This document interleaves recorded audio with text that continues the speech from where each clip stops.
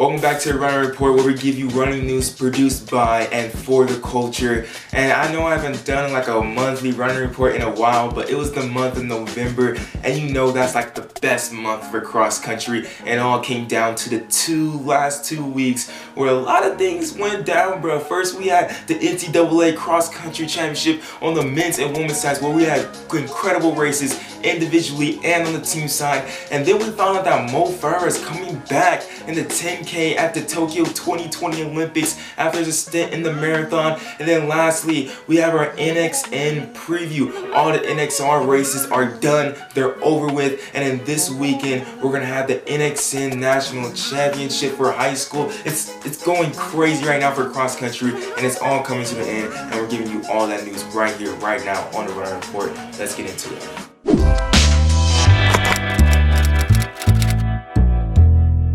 Now with 4 topics, 4 questions, and 4 laps to go, let's get right into it with our NCAA cross-country recap. And let's kick it off with the women's race, because it was insane. And I got 2 words for you, and that's Weini Kelati. Now we ain't talking about Weini. It ain't Weini no more. It ain't Weini. It's Weini Kelati. All she do is win, win, win, no matter what. She basically had the competition like she was Winnie the Pooh, and basically got that honey and ate the competition up.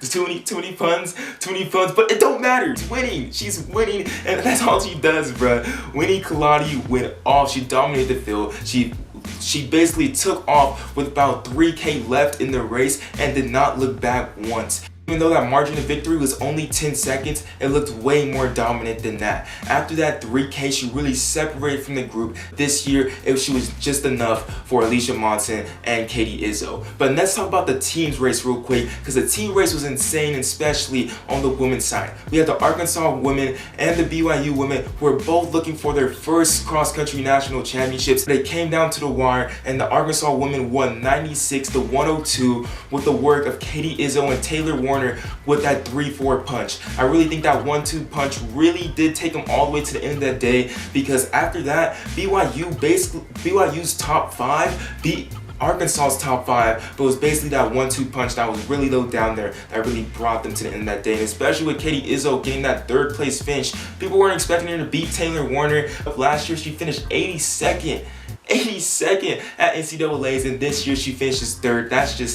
That's absolutely just remarkable. Now let's move over to the men's side, where we had some crazy races on the individual and team side. Now first in the individual, Peter Safir from Virginia Tech really just took it out hard. He really just wanted to go out hard in those raining conditions. I really feel like just break the spirits of everyone out there. But Edwin Kurgat, let me tell you, Edwin Kurgat, my man. This man was undefeated all season, and he would not be denied. About 1K to go, he separated from the pack and really caught up to Peter Safir and really just made a statement and did not look back in any type of way. He led it from all the way down there and finished that undefeated season that he was looking for all along. This man really dominated. I'm excited what he's going to do on the track this year, because he's really a class of the field. I don't think nobody's really touching him when it comes to the 10K or probably even the 5K. It's going to be exciting to see what he's going to do in the track season. But let's move over to the team race, where it was probably even more exciting, because we saw the biggest upset in sports this year. Yeah, I said it. Biggest upset in sports this year. And that was the BYU Cougars taking down the NAU Lumberjacks. Now let me tell you, bro, why this is so significant. NAU was on a 23-team win streak. They haven't lost since about 2017, 2016. And the BYU Cougars, who have been chasing them for the past 4 years, they were basically doing what NAU was doing when they got their first national championship every single year. About 3rd place, 2nd place. They finished 7th place 1 year. Then they finally get that sweet championship gold on the team side. And it came away with their front runner up front and Connor Mance to make them dance. Let me tell you, bro, Connor Mance really showed up for the BYU Cougars in his 3rd place finish and really led them to that first national championship. And that's mainly the reason why NAU lost on that side. They didn't have that Connor Mance. They didn't have that Mance to make them dance. Usually, like years before, when they won those 3 national championships back to back, they had Matthew Baxter, they had Tyler Day, and they had Futsum Zilahasasi. Every single year, they had a dude up there that was going to be an All-American guaranteed. There was a question this year if Luis Guajava was going to be in that mix. There was a question if Gordy Beamish was going to be in that mix. Now, we all expected them to be there, but there was a question to it. Now, I think next year, this is definitely a hiccup for NAU. I think they will bounce back. Their top 3 finishers in this race were all freshmen or redshirt freshmen, so I wouldn't be surprised if they're back in the position again. But also, let's not forget BYU, and let's not count them out any type of the bit. They should be #1 going into next season because they are the defending champs, and they're not going to back down from this. They want to be national champions next year, and it's just going to be exciting. Definitely going into the next cross-country season, because I don't know who's going to win now. I always thought it was NAU, but we see that they're beatable, and it's a great time for cross-country. Now, with 3 laps to go, let's talk about the big announcement that rattled the distance world in the last week of November, and that's the fact that Mo Farah is back. He's back on the track, baby. Mo Farah, the Olympic 10K and 5K champion. Mo Farah, the man who does it all. Mo Farah, the king of London. Mo Farah is back. He's back on the track, and he's gonna do his thing in the 2020 Olympic Games. And he decided to move away from the marathon this year and come back on the track and try and get that crown that he wants so bad. Now, there's 2 questions that I have for Mo Farah, and basically this whole thing about him coming back for the 2020 Olympics.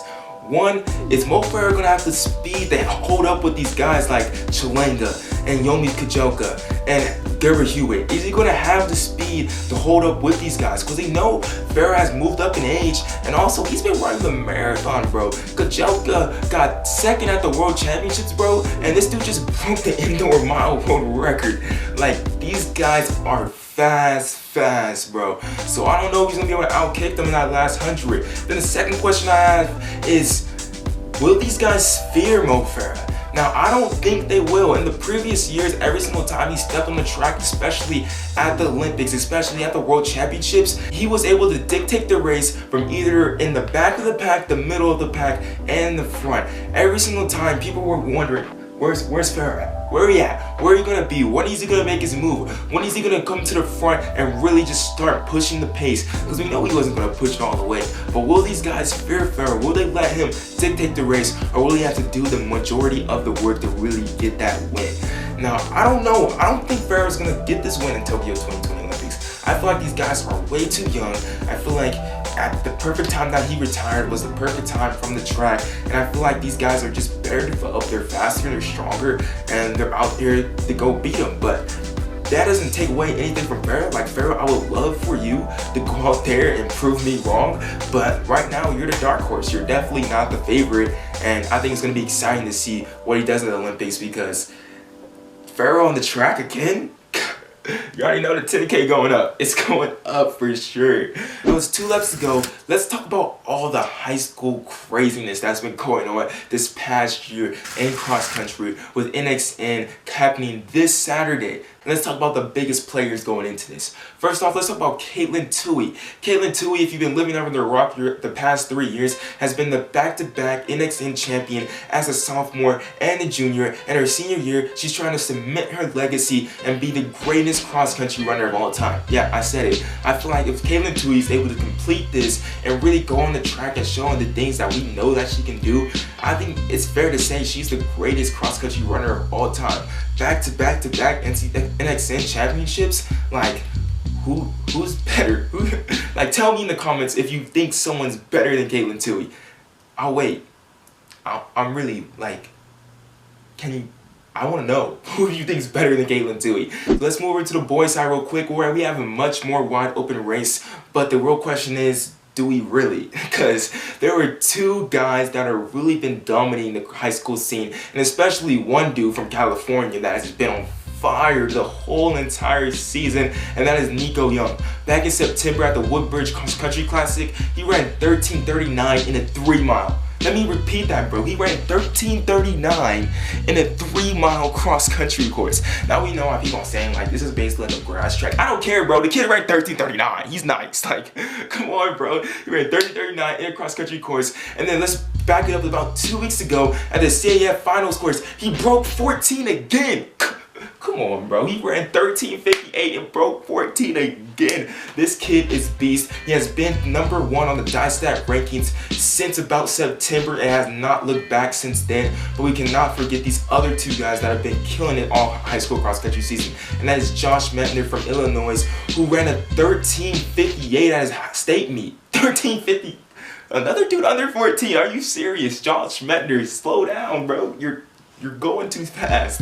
Like, for real, bro. And that course may have been even more impressive than Nico Young's, because on that course there's also people that weren't able to break 14 or did break 14, and he beat those records like Lucas Verbickus, like Craig Virgin. If you don't know who any of these guys is, you have to look them up because they're absolute beasts and legends in the cross country game. And let's not forget about the third dude, though I feel like it was kind of a dark horse going into his, or he hasn't been talked about as much as these other two, and that's Cole Sprout. And I think that's a good thing. He has been under the radar since his 3rd place finish at NXN last year as a junior. He goes back and wins NXR again for the 2nd straight year in a row. Like, Cole Sprout can very well come out and really kind of surprise everyone. Like, we really been talking about Nico Young, Josh Methner all year, but I really feel like Cole Sprout, and in company with like everyone else too, can come out and beat these two guys, because Nico Young, he finished 4th for Cole Sprout last year. Josh Methner finished about 15th last year. I don't know if they got the experience and the wherewithal to go out there at the NXN course this year and really be that top dog and go get the win, but you already know I'm from SoCal, so I'm rooting for Nico. Come on, Young, go get it done. Let's get it. That's what I'm rooting for. Can we just go watch NXN now? Like, I pretty much already told you what's gonna happen. Like, can it just be Saturday? Like, Katelyn Tuohy's gonna win. She's gonna get her 3rd NXN championship in a row. She's gonna go down as the greatest cross country runner in history. Manlius is probably gonna win the girls' side. Like, they win every year. Like, when do they not win? And then on the boys' side individually, Nico Young, you already know, SoCal, stand up. Woo, big trust is going out there, going to get the win. Nico getting it done. You already know. Come on. And then on the team side for the boys, Great Oak, get the dub. Temecula, wine country. They do this. They literally do this. It's easy. Now with one lap to go, this is usually our bell lap question, but I kind of just got lazy and I didn't send the bell lap question out. But what I do have to say is thank you for watching. You guys comment, like and subscribe, and definitely comment down below, because I want to know what you guys think about all this type of stuff. Is Katelyn Tuohy the greatest cross country runner of all time? Did NAU lose because they didn't have a consistent low stick? Is Mo Farah going to win the 10K at the 2020 Olympics? Like, I want to know all these things from you guys. And yeah, thank you guys for watching, and watch out for our next video. Oh, follow us on Instagram and Twitter at The Runner Report. Let's do it. Deuces, y'all.